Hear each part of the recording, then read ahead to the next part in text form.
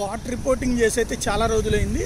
కాకపోతే ఇప్పుడు ఇక్కడ వాతావరణం చూశాక ప్రజలకు చూపించాలనిపించింది. ప్రస్తుతం ఇది విజయవాడలో ఏదైతే రామవరప్పాడు అంటే ఇన్నర్ రింగ్ రోడ్ అంటారనమాట. మన ఎక్కడైతే గొల్లపూడి దగ్గర నుంచి రామవరప్పాడుకి వెళ్ళేటటువంటి highway, national highway, Hyderabad to Vijayawada వచ్చే నేషనల్ హైవే గొల్లపూడి దగ్గర నుంచి ఏదైతే ఇన్నర్ రింగ్ రోడ్లోకి వస్తుందో ఆ ఇన్నర్ రింగ్ రోడ్డుకి సంబంధించింది. ఇది ప్రస్తుతం హైవేకి సంబంధించినటువంటి పరిస్థితి.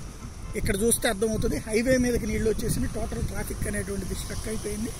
చుట్టుపక్కల ఉన్నటువంటి ప్రాంతాల్లో దాదాపు 2 లక్షల నుంచి 3 లక్షల మంది జనం నివసించేటటువంటి ప్రాంతాలన్నీ కూడా నిండిపోయినాయి.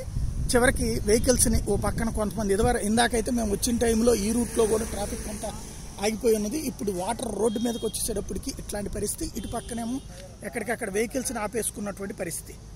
ఓవరాల్గా చూసుకుంటే ఒక్కసారిగా జరిగింది. ఇప్పుడు చూస్తే ఇవన్నీ కూడా ఈ 10-15 ఏళ్లలో డెవలప్ అయినటువంటి వెంచర్లు, అపార్ట్మెంట్లు నిండిపోయి ఉన్నాయి.